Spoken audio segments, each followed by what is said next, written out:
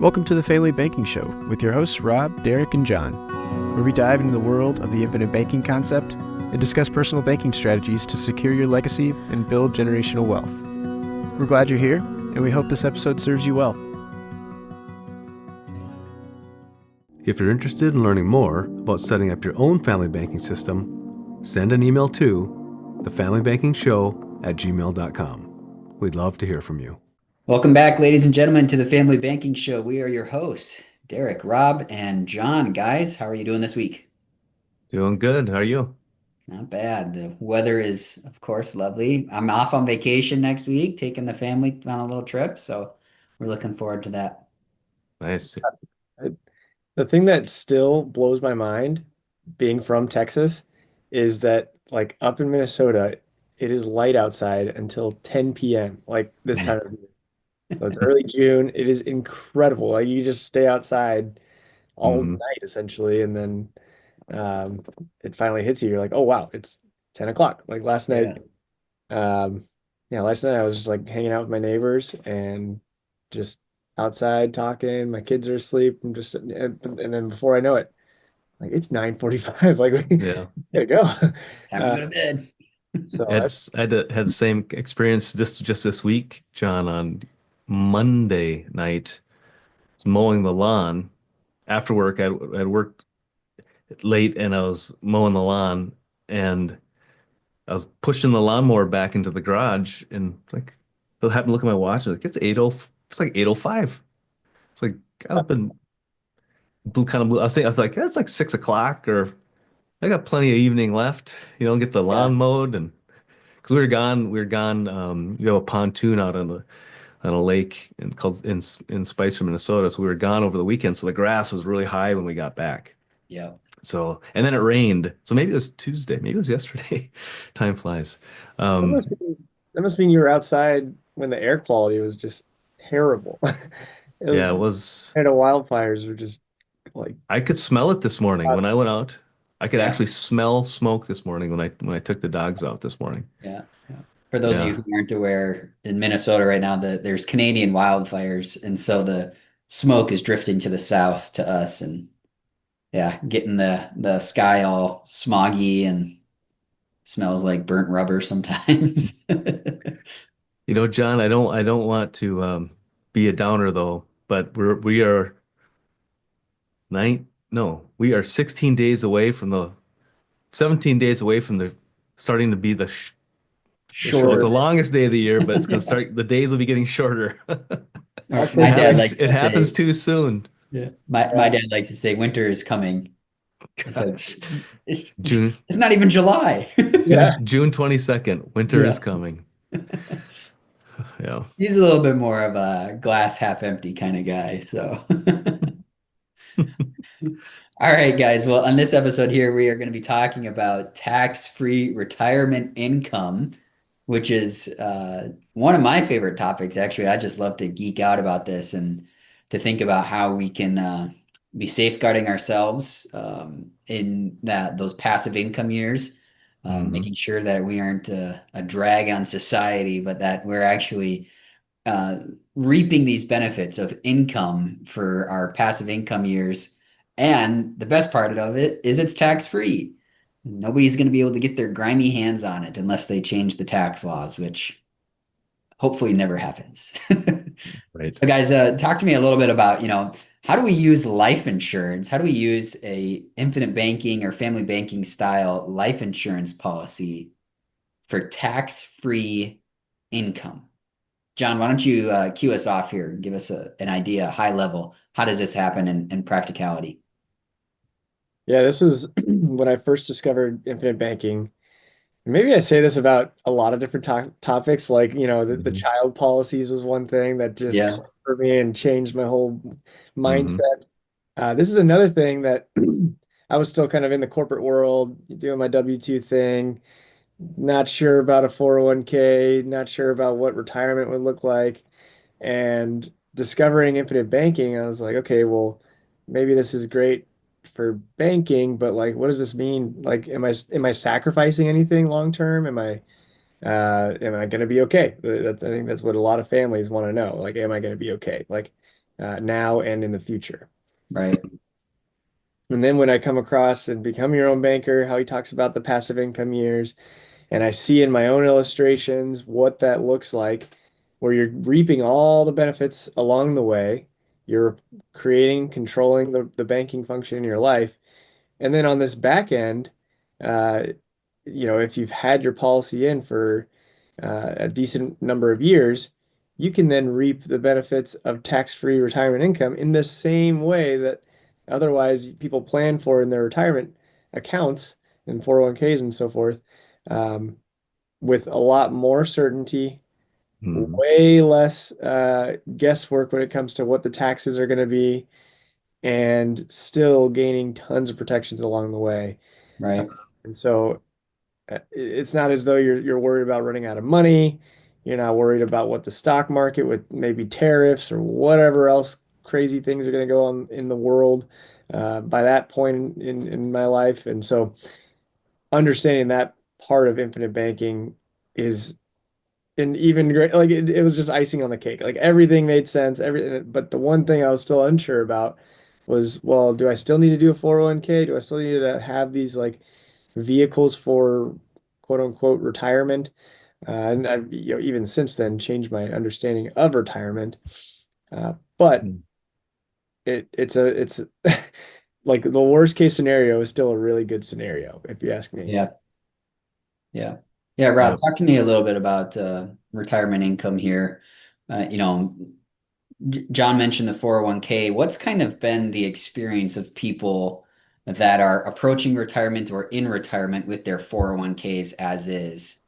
And how would their experience maybe differ had they used a life insurance policy? Well, one of the nice things that I really appreciate about dividend paying whole life insurance, early cash value, and whole life insurance that we help our clients create, infinite banking style policies, is you're building up that cash value over time that's reflective of the death benefit. And and then as you are one of the things that as John mentioned, it was you get all the benefits of the whole life insurance as you're while you're living. You get all the living benefits, Yeah. and then you start thinking about retirement, and those benefits continue into retirement. And so one of the things that I really like about having a policy in place or policies in place when I'm getting close to those retirement years is you still have all that control. You don't have to, if you have a qualified plan, for example, you can't withdraw from it before 59 and a half before taking a penalty. Hmm. If you don't utilize it after a certain age, you have to withdraw from it. Required a distribution that the government forces you to take, and so it gives you this tax-free income option with all the control and none of the restrictions that you get. And so you get all of those benefits plus the death benefit plus the uninterrupted compounding growth plus all that control of that retirement fund that you have managed in your own family with none of the restrictions. And so that's another thing that when I saw that I can have that guaranteed projection of what my retirement I can project my retirement income is going to be, and I don't have any of the limitations that the government wants to put on me about when I can take it, how much I can take it, what I can use it for, or force me to take it or not take it. So it's just, why wouldn't you do it again? Right. Yeah, and I think there's been some interesting statistics over the last few years of retirees and their 401k balances. Mm. Hmm. You know, arguably, this is supposed to be the wealthiest generation that we've seen in quite some time. And so you would expect that if the 401k was this Cadillac or Lamborghini of retirement vehicles, that the 401k balances would be astronomically higher for retirees than for somebody just starting out. And Yep. at least to me, it seems a little alarming that I would have expected the 401k balances to be higher than what they currently are for retirees. And what I guess what I'm getting at here is it, maybe it's not as good of a retirement vehicle as it's often pitched. Mm. What are your guys' thoughts about that? In particular, the 401k and for those people who are in retirement already, Has it performed like, like it's often pitched it would perform? The 7 or 8% annual growth. And once you hit retirement, and what's kind of people's actual experiences rather than their expectations. I'll just say there are many examples out there where it did not perform the way it was projected to. Even just like a couple months ago, I was working with a couple who they reached, the husband's 66, the wife is 63, and I did just a little back of the napkin math. I knew what their cost basis of what they contributed into the plan was, and I knew the present balance. And over the 30-year period, the uh, yearly growth, like meaning every year, this is what the growth like actually was, the actual return was 1.6%. And then Wow. on top of that, if they're going to have distributions and use it as income, they're going to get taxed on it. So it's almost like they're barely Wow. getting their money back. Uh, Right. Probably less if you actually do the math there. So that is just alarming to me. And that's not the only case I've seen. And all these average rates of return, and another aspect to look at is, and Nelson Nash talks about this in Becoming Your Own Banker, is aren't you a little skeptical when the government is giving us these like permissions or these qualifications or these uh, tax breaks, like, for temporary moments in time?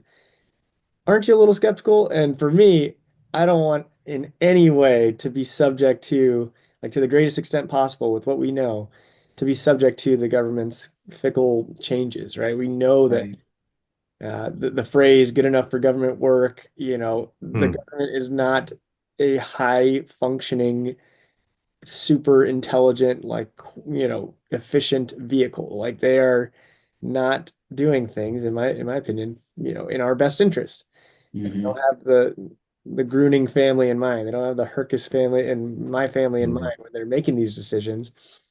And so if I can keep things out of their scope as much as possible, uh, not to mention all of the kind of uh, underperforming metrics that a 401k and just that strategy shakes out to be, I think it's just a no-brainer in my mind. Right. Yep. Yeah, John, and maybe a follow-up question would be, did that client, were they making trades inside their 401k? Were they just really bad at timing the market, or was it kind of that dollar cost averaging, every paycheck a little bit more gets added in, It but they're was not really selling any of their positions during that accumulation phase? Is that right? What was their experience? Were they buying and selling a lot? No, they were dollar cost averaging into whatever the financial planner that they worked with invested in, which the stat is very much like real and out there that 95% of financial planners do not outperform just an S&P index, Yep. right? So only 5% like of people who manage money can get even above what you could just otherwise just throw in an index fund. So Mhm. this is one of those cases. There was some target date stuff, which is I believe just confusing for the sake of being confusing because there's tons of baked in fees, and then some other weird diversifications. When I was looking at how it was all broken down, it just worked out to not perform in any way what they Right. expected. Mm. Yeah, it's unfortunate. Rob, any other comments there before we take a look at some behind the scenes numbers? Yeah, just add on to like when you said target date funds, John, that reminds me, remember that presentation by Barry Dyke at the think tank? He said target date funds are by far the worst place you can put your money if you're putting your money into any kind of mutual fund. He said they're by far the worst. And I was like, wow. I had my 401k back in the day in a target date fund until I was educated before I even knew about IBC. Um, and so I maybe using maybe it might have even been Barry Dyke, one of his books or presentations or something, where I just put into an S&P index fund. Because like you said, John, you might as well just have it riding there because you're going to beat 95% of the other money managers. But that was just an interesting remark that Barry made that target funds are the worst mutual funds to put your money in. And I remember him even expounding that he's interviewed the people who create these funds, and Hmm. even those people don't know how they function and what is even, incorporated in the fund. Uh, Yep. Yeah, Confusing it's for the all sake of confusing. That's just maybe a big brings up a bigger point, like how willing we are to just hand over our future, our finances to people that we don't know, that we assume have our best interests at heart, assume that they know what they're doing even. mm, Why not take control of your own family's financial destiny, put it into a guaranteed product, a contract. If you pay your premium, you're guaranteed that it will grow and and very predictable over the next how many years, and you're the one who's in control of it, and you have all the benefits of it, and you get the death benefit, and you keep on going. Yeah, I think each week I go through like the litany of benefits, and then I finish off by saying, "Why don't you do it?" You Yeah. know, and yeah, so control your own family's destiny. Don't be turning it over to someone who doesn't have your best interests at heart and probably doesn't know as much as you do. Put it into something guaranteed, like a yeah. life insurance contract. Yeah, unfortunately, there's a lot of financial products out there that are kind of shrouded in mystery, and Hmm. it takes a PhD to try to figure out what's actually going on there, or multiple PhDs sitting around a table trying to figure out Hmm. how to make the numbers work or if they work. And unfortunately, a lot of these products, 401k, mutual funds, target date funds, somebody else is getting wealthy regardless if your Right. balance goes up or down. Hmm. They are making money no matter what. Yep. And it's yeah, really, really great for them, not so great for you. And for our listeners maybe who aren't familiar with a target date fund, let me just try to explain that a little bit. The idea or the concept behind it is if you're only going to work 40 years in your adult life, basically you pick the target date 40 years from when you're starting or contributing to your 401k if you're contributing, very early on in life. And so the idea behind it is, okay, once you've hit that retirement year, we've kind of rebalanced your portfolio along the way to where now it's going to be very stable for you in retirement for your retirement income. And oftentimes it's got kind of these higher fees, high expense ratios. The rebalancing doesn't necessarily always work in your favor. Hmm. Positioning you into bonds when bonds could be going down. And we'll have a future episode about that later on. Hmm. But yeah, it sounds great in theory, but in practicality, it just hasn't worked out very well for people. Um, but in this episode, we're talking about tax-free retirement income. We're talking about how we can use life insurance as that savings vehicle that we can also tap into for additional retirement income. And Rob's got what's called an illustration prepared for us to take a look at here. And it's just a table of values. And we're going to explain that for you. If you are watching us on YouTube, you'll be able to follow along. If you're listening to us on Apple Podcasts or some other podcast platform, this would be a good time to jump over to our YouTube video to see what we've got prepared for you. So Rob, go ahead, take it away. Yeah, so this is an example of a real life illustration of a 35-year-old healthy male and um, paying in $25,000 of premium per year, starting at age 35. And then this is actually one of the, like John was saying, when I first learned about infinite banking and using, you know, dividend paying whole life insurance, it made sense in terms of I really was attracted to how I can leverage the cash value for the things of life, and I have the death benefit to protect my family. But then when I saw that you can also get tax-free passive income in retirement on it, like again, like every episode I go, my mind is blown like that. It's like, seriously? You get all that stuff while you're alive, then while you're like actively living and working. But then when you want to get into your passive income years, as Nelson Nash would say, you can leverage it then for tax-free income and you sure can. And so this is what I'm showing here is then you're at that 35-year-old male 30 years later, he's at 65. He has accumulated 1.68 or 1.658 million in cash value, and he's deciding to start taking some passive income. And what you can do with your policy, and they're so flexible. That's another thing I love about them with those policies is you can start withdrawing from up to your cash, your cost basis, basically. And then when you hit that cost basis, you can then start taking policy loans as part of a rider in your contract that you have contractual right. You can start taking policy loans whenever you want. And one way you can do that is at retirement time, passive income years, you can start taking tax-free policy loans and you can use that as your income. So you'll see here then at age 65, he starts taking $105,000 of tax-free income per year for the next, 30 years. And so a note there, he's taking, so from age 65 to 90, over 26 years, you have taken this, in this example, he took out 2.73 million in tax-free income, and you still, after all that time, have 1.12 million that you can pass on to your family, tax-free, income tax-free.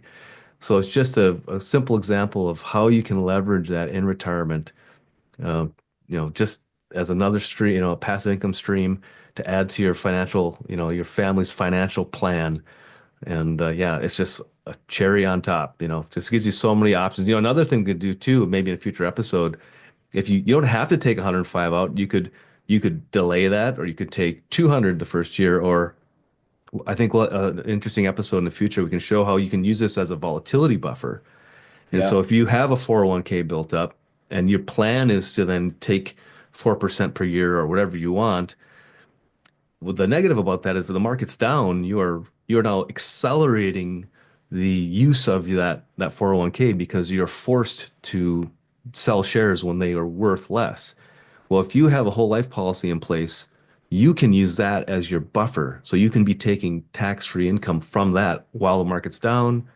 And then when the market goes up, then switch over to using your 401k. So this could be 315 a year for the first 3 years. And then you pause, until the market's down again. So you just kind of imagine that you have all the flexibility here, at the retirement time. You have another amazing tool in your toolbox to utilize that you can increase your monthly cash flow at retirement, and you can extend how many years you can take that increased tax flow if you have something like a whole life insurance policy, at that time.